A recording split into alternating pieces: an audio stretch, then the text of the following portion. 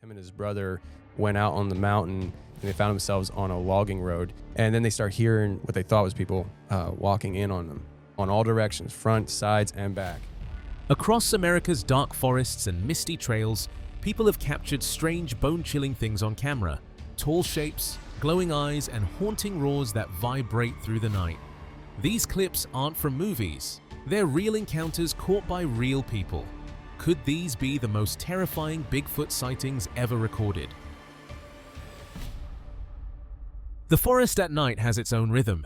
Wind pushing through pine needles, the occasional crack of frozen soil, and the echo of unseen wildlife. But on this trip shared by Small Town Monsters and the team led by Alex Petikoff, the rhythm of the peaceful night was interrupted by something deliberate, something that knocked back. The sound recorded from the night seems almost playful. Tap, tap, tap. So you think it sounds like a wood knock? They ask each other. The reply is uneasy. It definitely isn't natural. That single phrase sets the tone for what becomes one of the eeriest nights the Beyond the Trail team has ever experienced.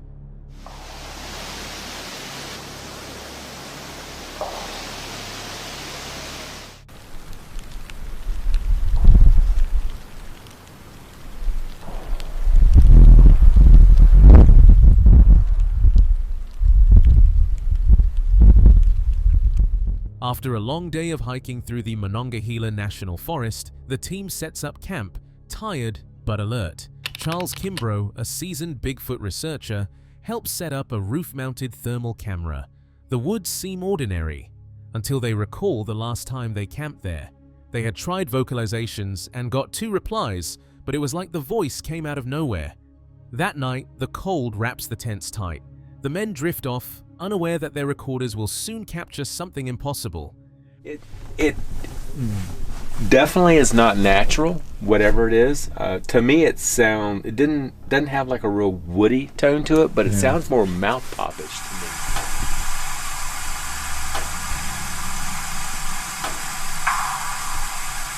me. Yeah, that's pretty good.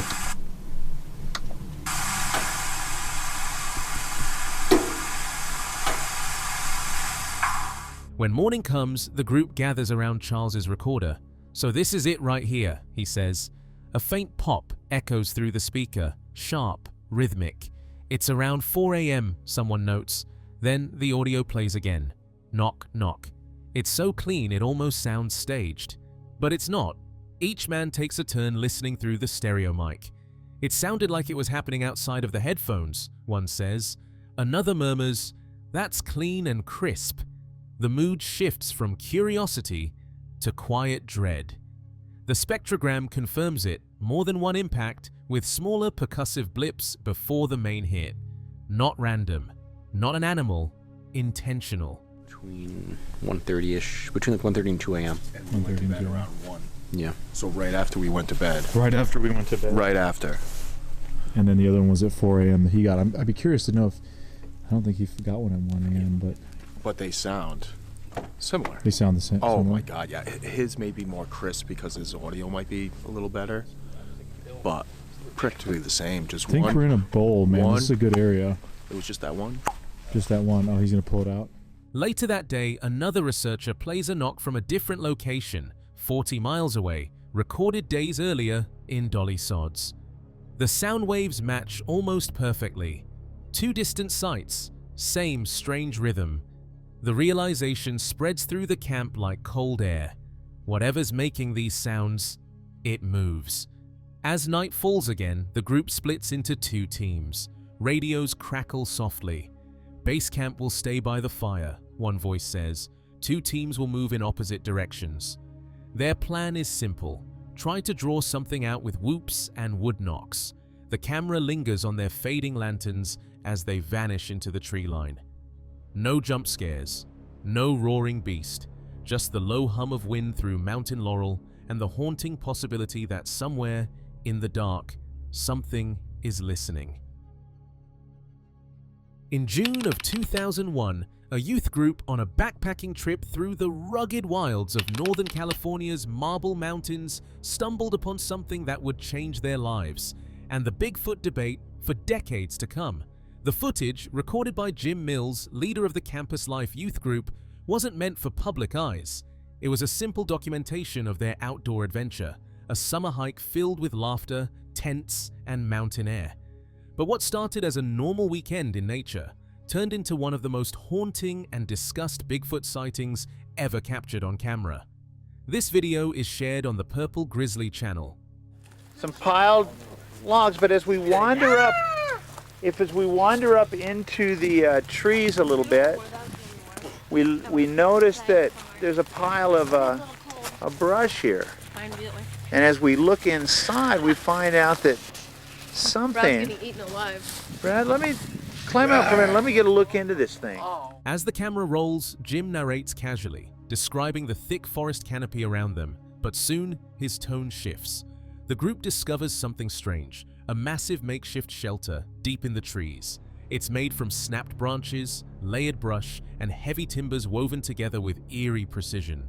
Jim points out claw marks on nearby trunks and flattened patches of greenery, as though something large had been bedding down there. The air grows still. Nervous laughter breaks the silence as the group realizes this isn't the kind of shelter a bear would make. It's too carefully constructed, too deliberate. Whatever built it did so with strength far beyond human capability. Still curious, they keep filming, climbing up the ridge above the camp, unaware of the eyes that might be watching them. Oh, I'll get back to camp. We see something moving on the hill above. Run! Where? Where is it? Is it like where It are those stopped. trees? Like right on the other right Yeah. side of it? No, Wanna go? it stopped and looking at us. It's kind of looking at us. I don't see it. Then, a moment frozen in time. One of the hikers spots movement in the distance.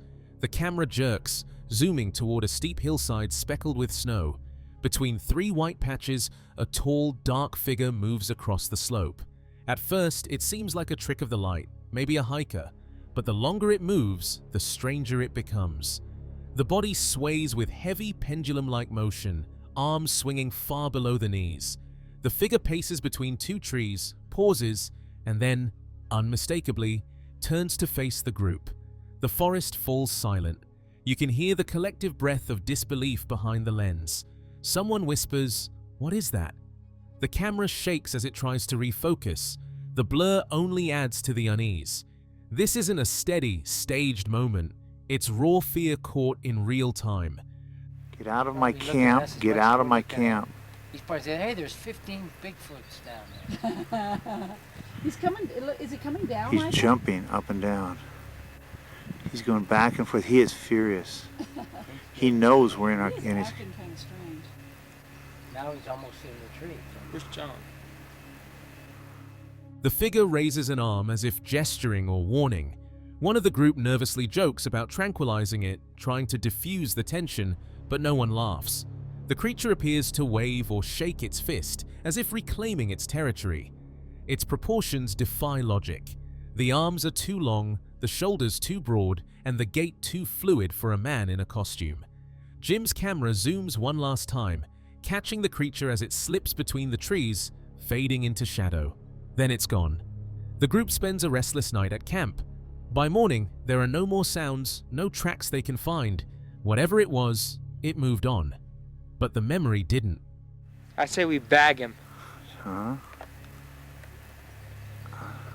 We could probably get some pretty good money. Just tranquilize the sucker. Just photos are all we need. In the years that followed, skeptics would call it a misidentification, a clever hoax, or just human imagination. Yet frame by frame, analysts find no signs of CGI, no visible seams, and no evidence of trickery. The terrain is authentic, the camera jitter natural, and the voices too shaken to be rehearsed. 2 decades later, this encounter still stands as one of the longest, clearest, and most unsettling pieces of Bigfoot footage ever recorded. A brief, haunting window into something that should not exist, but does. Deep in Alaska's wilderness lies Prince of Wales Island, a place locals call the Island of Giants.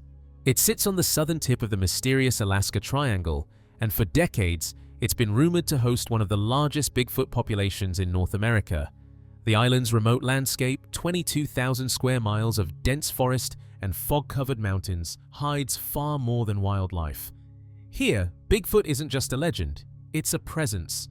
The Travel Channel team describes how strange noises, boulder throwing, and uprooted trees have terrorized residents. Massive trunks have been found flipped upside down and driven into the ground, as if planted by something with impossible strength. They want to keep humans out, one witness warns. Investigators call these inverted trees the holy grail of Bigfoot research, proof of a colony living undisturbed deep in Alaska's forgotten forests. For the few who call Prince of Wales home, these stories aren't myths, they're warnings. Bill Muser, a lifelong hunter and trapper, recalls his unnerving experience while building a trapping cabin with his cousin. As they worked by a secluded lake, the stillness of the forest was broken with an eerie sound, 3 heavy knocks echoing from across the water. Bill pauses in his retelling, describing the rhythm. We would pound a little bit, and it would pound back at us. 3, maybe 4 good whacks at a time. He shakes his head and admits, I don't know any animal that can do anything like that. The realization sinks in. Whatever was out there was watching them, and it was communicating. Packed in a small motor and tooled around the lake a little bit and explored. We start hearing some banging on a tree across the way. We would pound a little bit and it would pound back at us, 3, maybe 4 good whacks at a time. I don't know any animal that can do anything like that. There was something in the woods whacking the trees. I believe it was some Bigfoot, especially with all the other sightings that have happened on the island. Researchers believe Bill's experience wasn't random. Cliff Barackman, a well-known Sasquatch investigator, explains that this behavior, called tree knocking, has been reported since the 1950s. According to Cliff, Bigfoot uses it to signal other members of its group or warn intruders to stay away. It's similar to gorillas clapping their hands, he explains. It's a form of communication, and sometimes a threat. Noted as far back as the late 1950s that Bigfoot tends to bang on logs or do something like that. We call it tree knocking. It's very often deployed to let the other Sasquatches in the area know that something has changed, like maybe somebody's come into an area. A similar behavior has been well documented in gorillas. They clap their hands to warn the other gorillas that, hey, intruders are in the area, you know? For those who ignore the warning, the outcome can be terrifying. Hunters and hikers who follow the knocking deeper into the woods often report seeing dark silhouettes moving between the trees and hearing guttural screams that freeze them in place. One message echoes through these encounters: get out. But sometimes those tree knocks can be very threatening to the humans. There have been a small number of cases when people have been out of the woods hunting or foraging, and then they hear these knocking noises.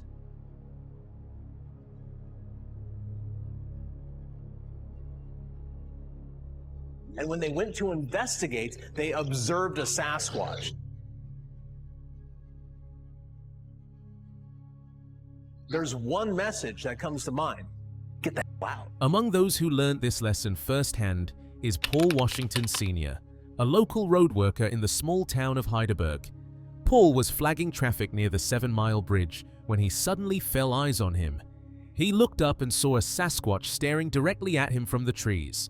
Frozen in shock, he radioed his co-worker down the road. The 7-mile bridge, they call it. There was 2 of us flaggers. Right in front of me, there's a Sasquatch looking at me. I just froze. I put my eyes down on the road and I started walking toward her. Moments later, his colleague's terrified voice crackled over the radio. "There's one right in front of me!" Paul ran toward her, only to see not one, but 2 towering creatures moving toward them. "My hair stood up," he recalls. "I had chills down my back." All of a sudden there was a big scream on the radio. It said there was a Sasquatch right in front of her. There was 2 of them coming to us.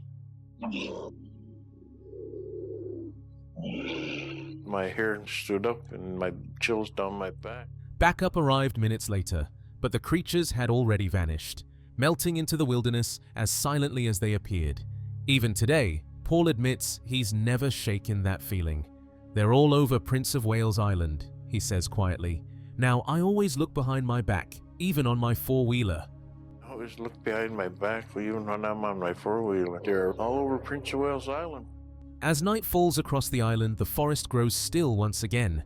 The knocking fades, the wind dies down, and silence returns. But locals know better than to feel safe for long.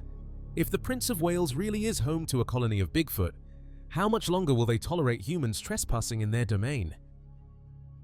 Is there a Bigfoot story that really sticks out to you? Like, I know those dogmas. The one I had experience with? No. Have you I had? did. Has there anything happened since you've started? Like, has there been?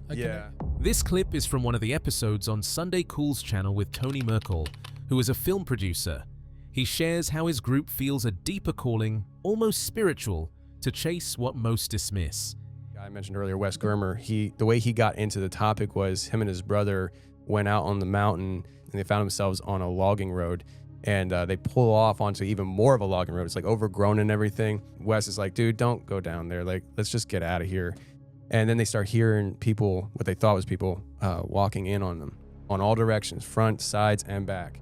He begins by introducing the Gormer brothers' terrifying night in Washington state. After their father died, Wes and Woody drove into forest logging roads, hoping to clear their heads. Woody hesitated, but Wes pressed ahead.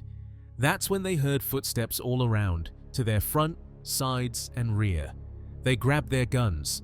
What sounded like people quickly shifted to something else. A deep growl rattled their car so powerfully they could physically feel it in the seats. Soon, the true horror unfolded. The brothers watched multiple Bigfoot creatures emerge in the darkness. One loomed in the trees, its silhouette visible. Another, the largest, aggressively strode across the logging path, almost taunting them. A third dropped on all fours and, astonishingly, crossed the road using fingers and toes, rather than a normal walk. Panicked, they fled but later returned to find massive footprints. Only then did they suspect they'd stumbled onto Bigfoot, not monsters. One was in the tree next to them. They could see the silhouette of it. Oh my gosh. And the biggest one would like march across this logging road in an aggressive way. Like, it was like almost like trying to like strut its stuff. Like, yeah, you want some of this? You want some? Get out of your vehicle. Tony then shares his own experiences at Ground Zero. After filming the documentary Sasquatch and the Missing Man, the crew discovered a van, an abandoned camp, unused supplies, and fresh footprints. They later learned that 4 bodies had been found in the area, none matching the missing man, who was reported to be John Guffey or Duffy, whom they were investigating. Days later, a biker discovered human remains and a skull nearby, and authorities suspected they were the remains of the missing man, though no tests confirmed it. It was coming in on the RV that we drove up there, which I do not recommend driving up an RV up a mountain logging road. Not smart. But we had tapping, we had whistling. There was something out there that was curious. That last night at camp, Tony recalls a moment he'll never forget.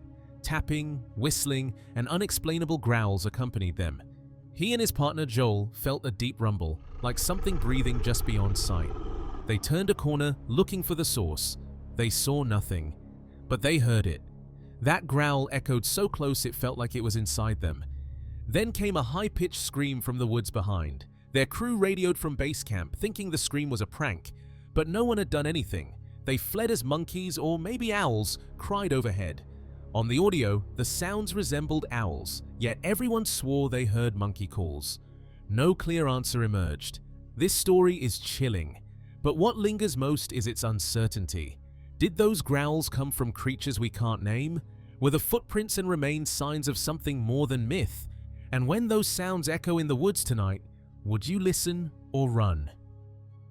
All right, so I wanted to just show you a road near where I live. It's called Bear Hollow Road. I'm curious if there's any bears down there. It's the first part of December, so typically you don't see them, but I just thought it'd be fun to take a look. I have a few minutes So go for a little quick ride and take a look. This particular video, which was uploaded on the channel Ken's Carpentry, the uploader never imagined would shake the Bigfoot community, dropped quietly in December 2022. It starts simple, with Ken introducing a place called Bears Hollow Road. His goal is simple: return to an old forest road where last spring he spotted a mother bear and her cub. He tells his viewers he's hoping to capture a few more bear clips for fun, nothing dramatic, just another day exploring the wilderness. But as he drives deeper into the woods, the atmosphere begins to shift. The road narrows, patches of snow glitter across the ground. The forest seems untouched, silent except for the crunch of his tires and the steady hum of his truck. The camera shakes as he drives, showing tall trees arching overhead, their long shadows falling like bars across the trail. It feels peaceful until suddenly he stops talking. The vehicle slows. Something in the distance caught his attention. Whoa, what is that? What? I'm going to get out and take a look. What is that? I gotta turn around, I gotta get back there. He pauses, scanning the tree line. There's a flicker of movement, something he can't quite identify. His tone changes, the calmness in his voice gives way to tension. Instead of rushing in blindly, he grabs his drone. He tells viewers that if there's something real out there, a bear or anything else, he wants to catch it from the sky. The sound of the drone fills the air, its blades whirring against the winter silence. The feed shows a wide view of the terrain, frozen clearings, dry patches of brown earth, and clusters of trees standing like sentinels. The camera glides smoothly, scanning the scene. For several long moments, there's nothing but the forest's stillness. Then, movement. Near the edge of the clearing, a brown figure crosses through the trees. It's large, upright. The uploader whispers, "What in the world?" as the drone zooms closer. What?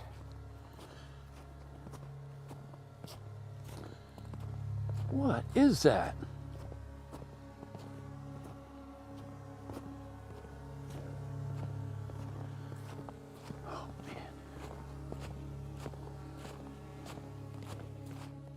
What comes into view doesn't fit the shape or movement of a bear. It's walking on two legs. The limbs are long, the posture straight, the movement is smooth and deliberate. It moves with intent, calmly brushing branches aside with its arms as if it knows where it's heading. The uploader's breathing quickens. He mutters that whatever it is, it's not a bear. For once, the footage is clear, not shaky, not blurred. The figure remains in frame for several long seconds, long enough to make out the broad shoulders, the length of the arms, the heavy fur that moves naturally with each step. It's eerily lifelike and unmistakably human-shaped. Then, just as quickly as it appeared, it's gone, slipping behind the trees. The drone swings around, searching. Nothing. No sound. No movement. Only the endless stretch of trees and the soft hum of the drone hovering in the cold air. The uploader's voice trembles as he says he doesn't know what he just saw. The video ends shortly after, leaving viewers stunned. It wasn't a blur in the corner of a lens. It wasn't a trick of light. This was a clear, deliberate track, a moment captured in high definition that still fuels debate online. Was it just a man in a suit, or the most convincing Bigfoot footage yet caught on camera? High in the mountains of northern Utah, near the winding bends of Logan Canyon, a quiet deer hunting trip turned into one of the most mysterious daylight encounters ever captured on video, shared by Rocky Mountain Sasquatch. What was meant to be a simple drive to a meeting became something no one in the truck would ever forget. A deer hunter and his son were driving through the backcountry, leaving their camp to attend a meeting in Garden City. The father, a practical man with years of hunting experience and notably not a believer in Bigfoot, suddenly noticed movement in the dry creek bed beside the road. A tall, dark figure covered head to toe in brown was striding steadily through the rocks and brush. The man slowed down, frowning. "What is he doing?" he muttered, startled by the sight. "He's crazy, walking around like that during an active rifle hunt." His son, sitting in the passenger seat, instinctively raised his phone and started filming. The father didn't think much of it. To him, it was just a reckless person wandering in dangerous territory. But what they caught on video would raise far more questions than answers. During the game hunts, Bigfoot sightings increase. There are more people in the woods, off-trail, bushwhacking, and I believe it pushes the creatures around and forces them to leave the area of cover for another, sometimes better area, exposing themselves during the day, uncharacteristic for Sasquatch. The footage shows the figure walking upright along the creek bed, the gait powerful and deliberate. The creature, if that's what it was, carried no visible rifle, bow, or backpack, and wore no hunter's orange, which is required by law during rifle season. It moved with a strange rhythm, calm but heavy, its arms swinging low, and its body appearing thick and broad from shoulder to knee. In later analysis, the videographer zooms in, revealing the figure's coat of dark brown to black hair, uniform all the way down to the fingertips. The observer's skepticism began to waver. He knew what hunters looked like, what they wore, and how they moved through the wild. This didn't match any of it. If it was a man, it was a foolish one. If it wasn't, the implications were far more disturbing. Possibly get shot by someone that does not see him blending into the background, or mistaking him for some game. Bigfoot researcher Kelly Shaw, who examined the footage, explains that sightings like this often occur during hunting season. When more people are in the woods, he says, Bigfoot gets pushed out of its cover. It has to make quick, calculated moves to avoid humans, and sometimes that's when it gets spotted. The creature's decision to walk openly during an active hunt suggests it was moving under pressure, taking a risky route through exposed terrain to reach safer ground. Later, a size comparison was filmed at the exact same spot. A man standing 6 feet tall and weighing 200 pounds walked the same path as the creature. The result was shocking. The original figure towered over him by at least a foot, and its shoulders were nearly twice as wide. In perfect alignment along the creek bed, there was no mistaking the difference in scale. Whatever had been filmed that day was massive, far beyond human proportions. The witness remains anonymous, still certain he saw just a man. Now, they are in perfect alignment. You can see the little clearing part along the creek bed. They are lined up perfectly. This creature is huge compared to a tall man. But for those who've studied the footage frame by frame, doubt lingers. The slow, steady gait, the proportions, and the absence of hunting gear all point to something else. The mountains of Logan Canyon hold their silence. The snow falls, the hunters return home, and the forest grows still once more. But somewhere beyond those ridges, something may still be moving, cautious, calculating, and just out of sight. So if you were driving those same back roads and saw a giant figure walking the creek bed, would you still call it just a man? Everybody who's helped support Mountain Beast Mysteries so far, it's well appreciated, and thanks to everybody who plans to do so in the future. But anyways, let's get into it here with my footprint evidence since the beginning. The video shared by Mountain Beast Mysteries channel shares all about the Bigfoot tracks they have found since the beginning, a decade ago. The experiences with something real are quite handful considering all the years this search has been ongoing. The fact that he's discovered so few tracks just shows how long the road to real discovery might be. Before showing the clips, he admits none of these prints ever made it into plaster. Hiking with casting gear deep into the mountains is tough, and sometimes the ground isn't ideal. Moss, snow, and soft earth can erase proof before it's even recorded. Then the footage begins. What we have here, we've literally just hiked another 5 minutes from where we last were filming. But this right here looks like a naked human-like footprint. I don't know how it's gonna turn up on there, but this looks like a heel. It kind of narrows out here. He kneels beside a strange impression in the moss. This looks like a naked human-like footprint, he says quietly. The camera zooms in. The print has a clear heel, a narrowing arch, and what appear to be 5 distinct toe marks. It's about 12 to 13 inches long, he adds. If this really was from a Bigfoot, It's the first one he ever found. His voice carries a mix of wonder and frustration. The moss makes it impossible to cast. For size reference, he places his glasses beside it. The print easily doubles them in length. Then, just a few feet away, he finds fresh bear tracks, huge, deep impressions stamped into the earth. They look recent, maybe from the night before. He glances into the woods uneasily. "We probably shouldn't follow these," he says. "That's pretty close." The mix of possible Bigfoot evidence beside predator tracks gives the area an unsettling feel, like something's watching from beyond the trees. Well, look at how nobody walks like that. And this is way further.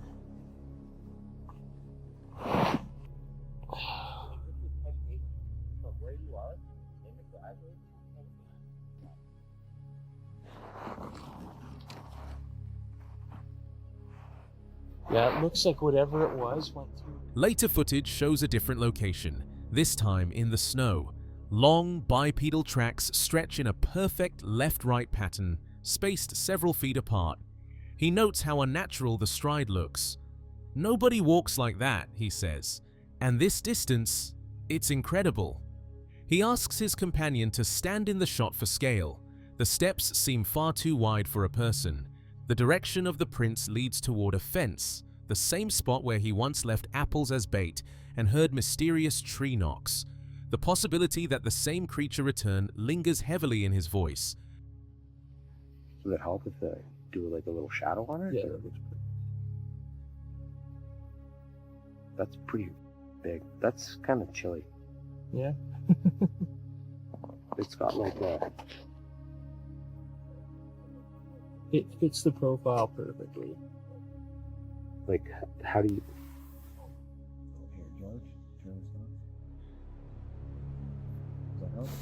That looks good. Later, he finds another large impression near a trail. At first glance, it looks like someone may have slipped in the mud, the edges pushed up as if from motion. Still, it's big. About 2.5 times the length of my camera, he estimates. The print even shows a faint ridge in the middle, which Bigfoot enthusiasts call the mid-tarsal break. It is very good for looking for tracks because there's like quite a few muddy sections, and I've been noticing a lot of elk tracks and a lot of people tracks, so I'm gonna say that this is from a person. Anyways, I'm gonna move on and keep my eye open for more things like this. Definitely significantly larger than my boot. There is like a ridge kind of in the middle there that's higher up than the back and the front. You know, in the Bigfoot world we call that the mid-tarsal break. He laughs softly, skeptical, yet intrigued. Probably not that, he admits, but whatever it is, it's big. He ends the video reflecting on how rare and fleeting true evidence can be. For every possible track, there are dozens of false alarms. Yet the mystery never fades. Could these prints belong to ordinary hikers and bears? Or are they quiet traces of something that walks these mountains unseen? It was supposed to be just another quiet night in the woods. A couple, a campfire, and the kind of peace you only get deep in Bigfoot country. But the forest had other plans. Right from the start, it felt off. They were driving down the trail when they hit their first roadblock, literally. A bent tree stretched across the path, not broken by wind, but arched unnaturally, almost like it was placed. And then another. 2 strange tree bends, covering the trail right where they planned to set up camp.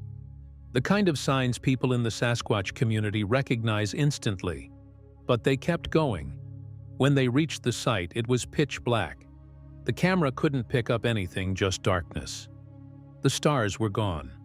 The woods around them were dead silent. No frogs, no insects, no birds, just that eerie black silence. And then, in the middle of nowhere, they found something else, a random satellite dish. No signal, no homes nearby. This footage says it all. Just sitting there, like it had no reason to be there at all. Oh man. There is no stars. That camera's going crazy. It is black. I Oh, mean, look at this first tree bend there. Can you see it? Yeah. Look, ain't that weird? Look how that is. And then not only that, so mind you, there was 2 trees blocking this road earlier that I had to move. You got that bent tree. Now look at this bent tree. Oh my gosh. That's covering the whole campground. That's when the tension really started creeping in. They tried to settle in, lit a fire, set up the tent, joked around to keep things light. But the woods were closing in. The fire kept dying out. The flashlights were already going dim. Something wasn't right. Then came the first call, a playful attempt to mimic a Bigfoot whoop. And that's when they heard it. See for yourself. Here's what the camera actually captured: 2 sharp whistles. Whoop! Whoop! How did that become the Bigfoot call? What was that? Babe. Did you hear that whistle? Yes, I did.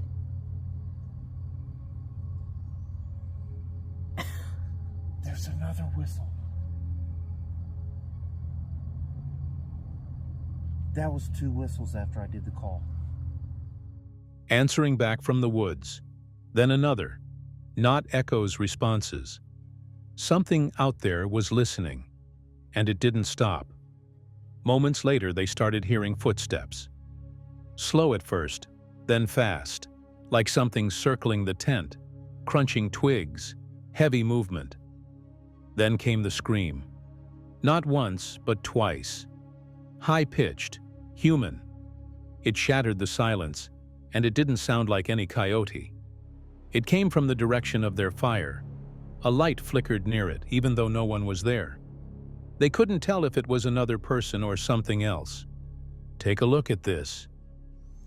That was a scream in the woods. Jerry. That was a scream. Okay, let's go. Come on. Hold on. No, that was a person screaming. I thought I seen something moving by our fire. That confirms somebody's out here. That was screaming. That was a person. They moved fast, trying to get back. But the trail didn't feel like the trail anymore. The path twisted. The trees seemed different. And back at camp, something was dragging. A loud shifting sound. Something heavy. That's when they decided it was time to go.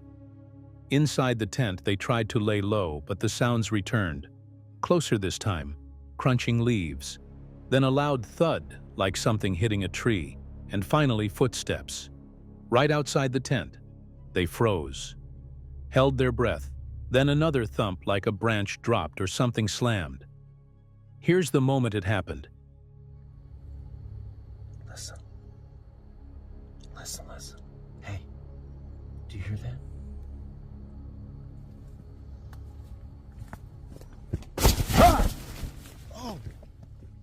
He scrambled to get the camera. The flashlight wouldn't work. Then another growl, deep and guttural, almost human. He described it later, once they were safe.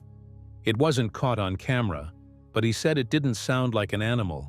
It was long, angry, and close. They ran, left almost everything, locked themselves in the truck, hearts racing. When they went back in the morning, nothing had been touched. No damage, no footprints. It was like nothing had happened, but they knew what they heard. Watch this clip closely. This is the worst time. Come on, hurry. Get it. Are you serious? You don't have your phone? I don't remember. Here, just get in the truck and get the doors locked. I'll come back and get it. Huh? It's right over here. Come on. Just get in the truck. Get in the truck.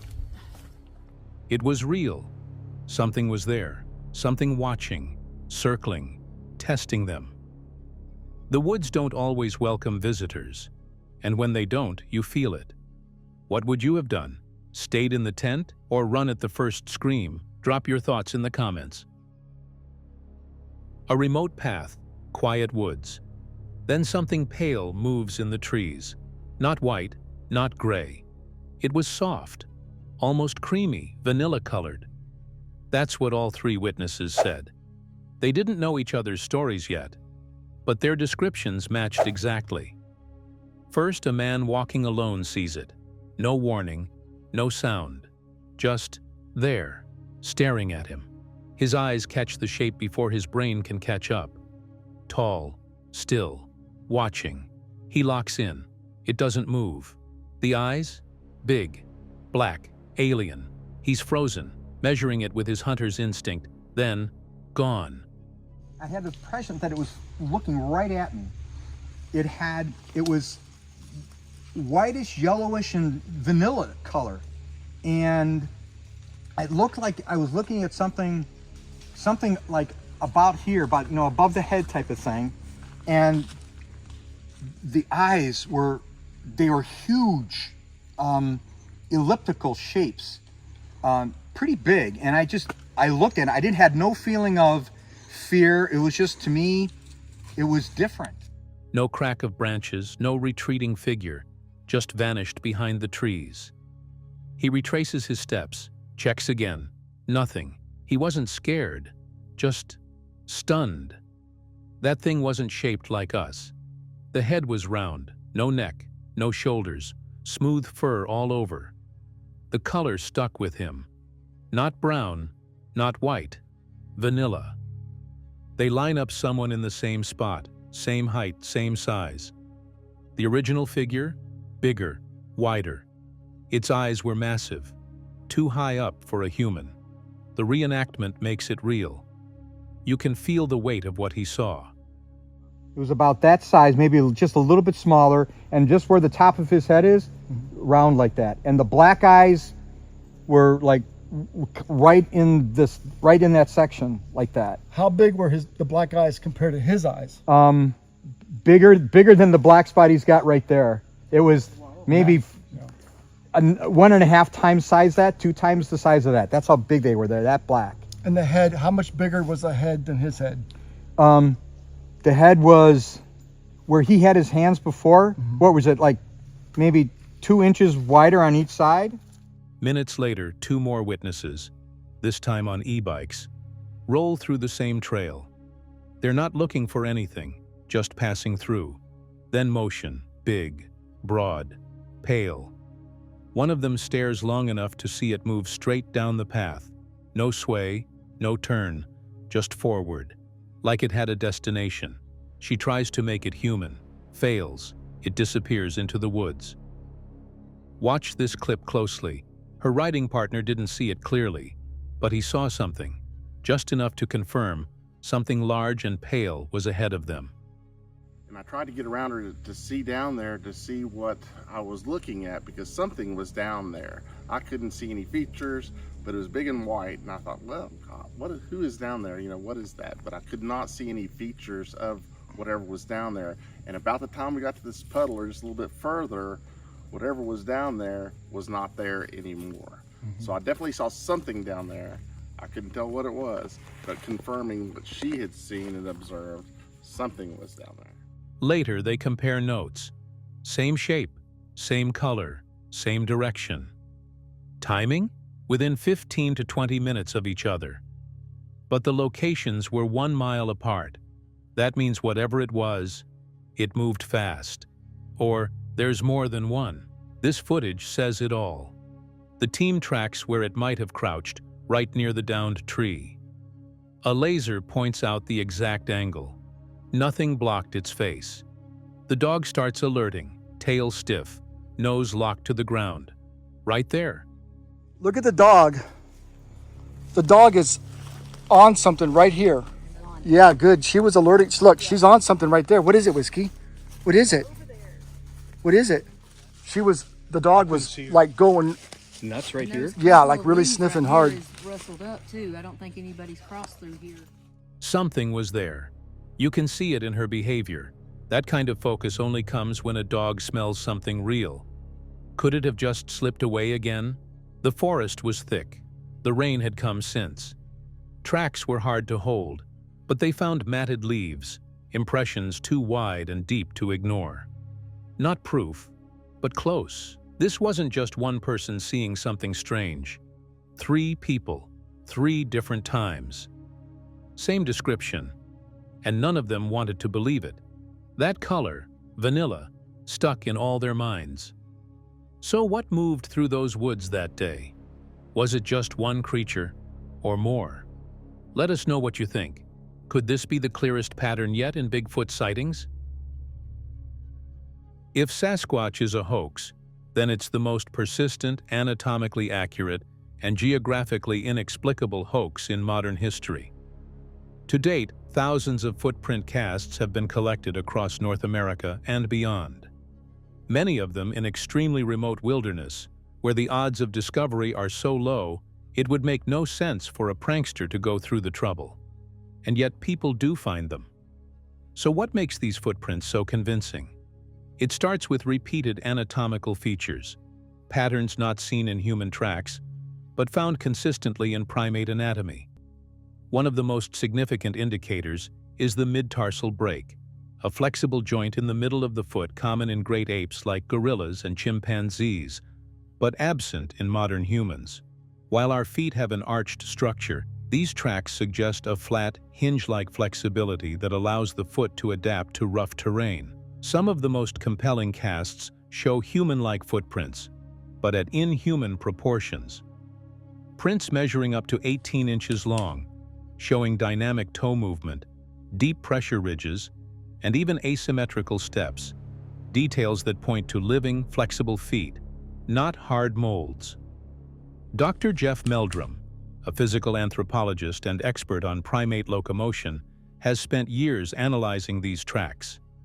His research points to traits that suggest weight shifting, terrain adaptation, and biological structure, including how the toes grip more firmly on sloped or slippery surfaces, but relax on flat ground. These are movements no wooden or rubber hoax foot could replicate. Some casts go further, showing dermal ridges, the fine skin lines found on fingers and the soles of our feet. These ridges are also present in gorillas, chimpanzees, and, apparently, in Sasquatch. They're incredibly difficult to fake.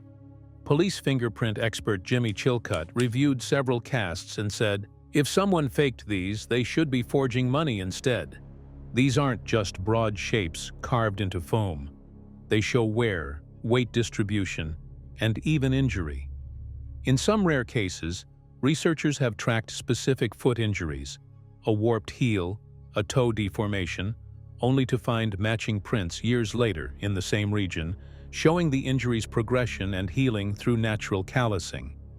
A hoaxer would need not just deep anatomical knowledge, but foresight and access over years to pull that off. Dr. Grover Krantz, another renowned anthropologist, was blunt in his analysis. You can't fake pressure ridges. He was referring to the subtle compression patterns in the soil, signs that a real, soft, living foot pressed down, shifted weight, and moved forward with force. Of course, there are fakes out there, some of them laughable. Photos exist of crude wooden Sasquatch feet being held up proudly. But those obvious forgeries do not explain the best evidence collected under controlled circumstances by trained scientists in untouched wilderness. And this isn't just a North American phenomenon. In 1951, mountaineer Eric Shipton was scaling the Himalayas when he stumbled across a line of 13-inch humanoid tracks at over 19,000 feet above sea level. The photos made headlines around the world. The prints were deeply embedded in the snow, clearly fresh, and showed a broad foot with an offset big toe, a trait found in some non-human primates. Shipton was baffled. Nobody goes up to 19,000 feet just to make a joke, he said. And he was right. These weren't just oddities. They were structured, deliberate, biological footprints, appearing in terrain so inhospitable that faking them would be both impractical and senseless. This type of footprint evidence, when evaluated seriously, builds a consistent picture, not just of something big, but of something real, something adapted to survive, to move silently across rugged terrain, and to leave behind traces, even if only for those paying close enough attention. If a creature like Bigfoot exists, and it's as elusive as witnesses claim, then perhaps one of the best chances we have of detecting it isn't through sight, but through sound.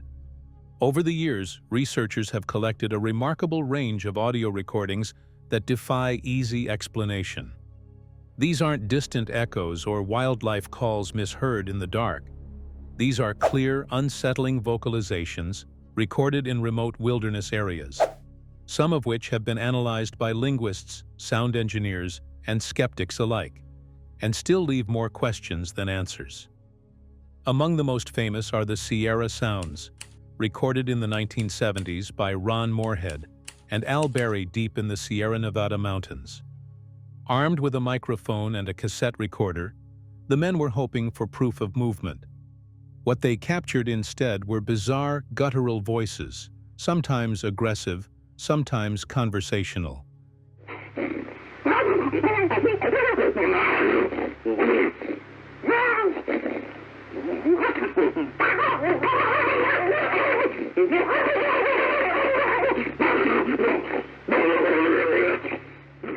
The pitch variations, intensity, and speed were unlike anything native to the area, and far beyond what a human could fake without specialized equipment.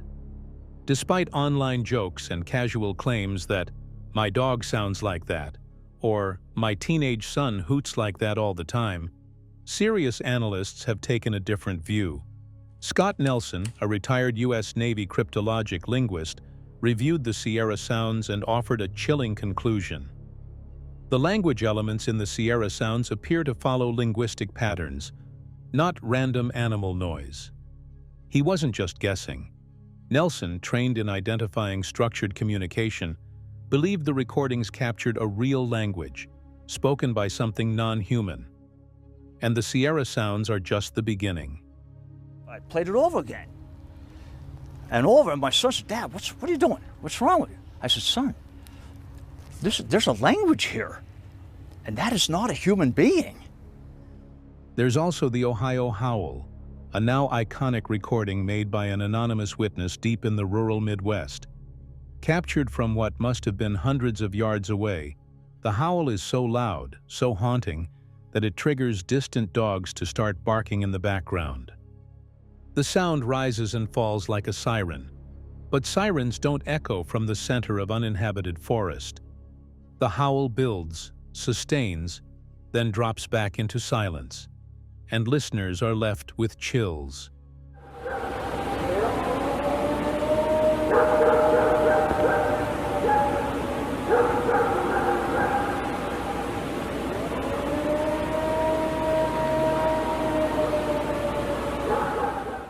Researchers and independent explorers have since collected hundreds of vocal samples, including whoops, howls, growls, rapid chatter, and what sounds eerily like whispered dialogue. The patterns are consistent. The tone is always too low, too wide-ranging, or too fast for the average human vocal range. And they tend to come from regions with a history of Bigfoot sightings. If it's not a person, and not a known animal, then the question becomes much harder to dismiss. In many of these recordings, it's not just the sound that alarms researchers, it's the response.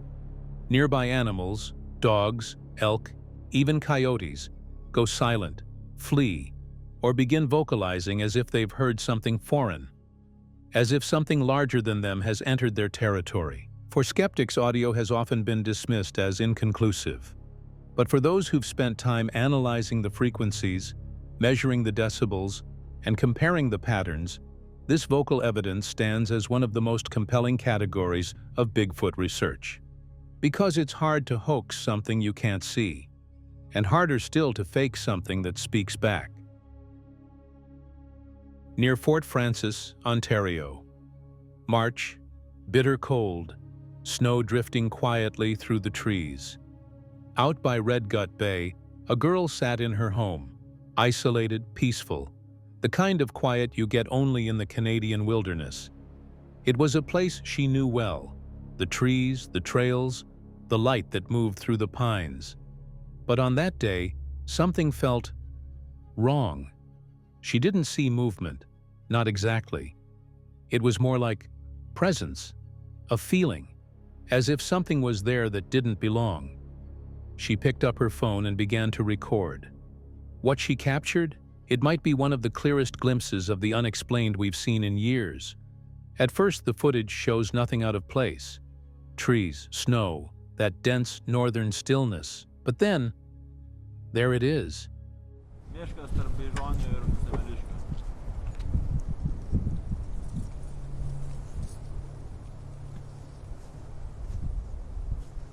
In the middle of the trees, standing completely still, tall, broad, and covered in thick, dark fur. Its frame is massive, but it's the posture that sends chills. Upright, almost human, but not quite. And then you notice the detail. Off to one side, stretching from behind a tree, an arm, long, inhumanly long, and at the end of it, a massive hand, hanging still, almost too calm.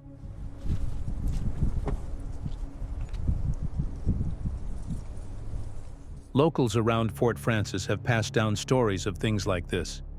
Strange figures in the woods, distant eyes, echoes that don't belong. But this wasn't a story. It was real, recorded. And maybe the strangest part? It didn't run, it didn't flinch, it just stood there, as if it knew she was watching. And it wanted her to. The girl who filmed it says one thing clearly: she's never going into those woods alone again. And now that you've seen it, would you? Near Fort Frances, Ontario. March, bitter cold, snow drifting quietly through the trees. Out by Red Gut Bay, a girl sat in her home, isolated, peaceful, the kind of quiet you get only in the Canadian wilderness. It was a place she knew well. The trees, the trails, the light that moved through the pines. But on that day, something felt wrong. She didn't see movement, not exactly. It was more like presence, a feeling, as if something was there that didn't belong.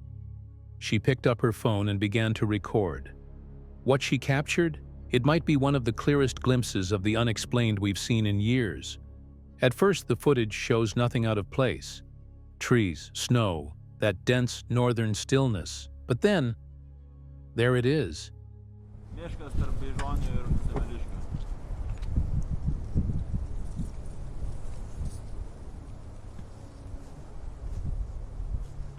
In the middle of the trees, standing completely still, tall, broad, and covered in thick, dark fur.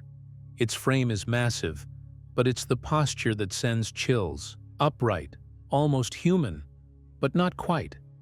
And then you notice the detail. Off to one side, stretching from behind a tree, an arm, long, inhumanly long, and at the end of it, a massive hand, hanging still, almost too calm.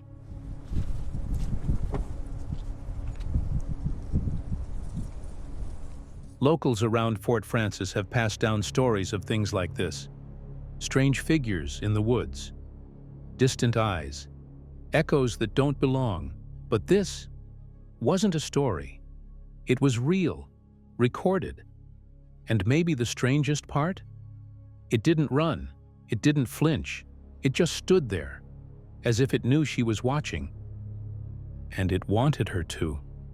The girl who filmed it says one thing clearly: she's never going into those woods alone again. And now that you've seen it, would you? It was a calm, humid day deep in the jungles of Borneo. The kind of place untouched by time, green, quiet, and hiding secrets no man was meant to see. A lone cameraman floats gently in a wooden boat near the edge of a jungle lake. His eyes scanned, just another day of filming wildlife. But what he captured has baffled everyone who's seen it. Out of the corner of his lens, movement. At first he thought it was a trick of the jungle, maybe a large monkey, a bear even. But when he zoomed in, everything changed. There, sitting low in the tall grass, was something else entirely. It was huge, covered in reddish-brown fur that glowed in the daylight. Its arms were long, resting on the ground like giant tree branches. It seemed calm, methodical, its eyes scanning the grass in front of it, picking at something. The cameraman, frozen in disbelief, kept filming. And then, the creature looked up. Its face was strange. Human, but not. Its features were broad. Deep-set eyes, a pronounced brow ridge, a flat, wide nose. And then, what made it truly chilling, it reached out. Not aggressively, not wild. It reached like it was asking for something.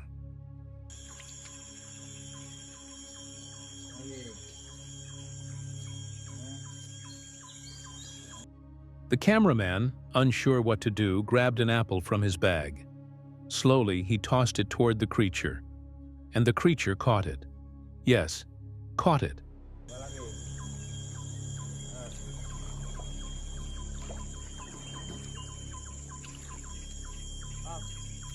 Then, as casually as a person on their lunch break, it took a bite, chewed, and stared.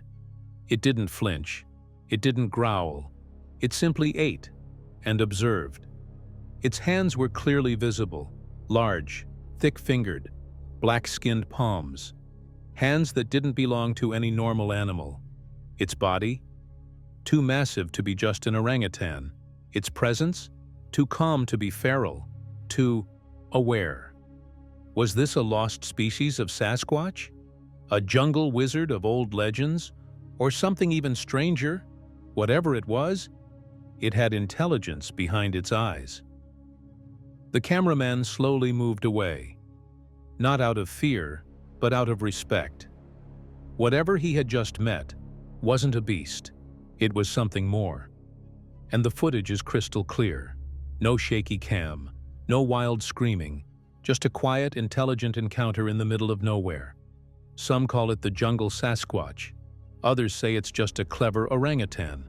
But look closely, and you'll see what so many can't explain.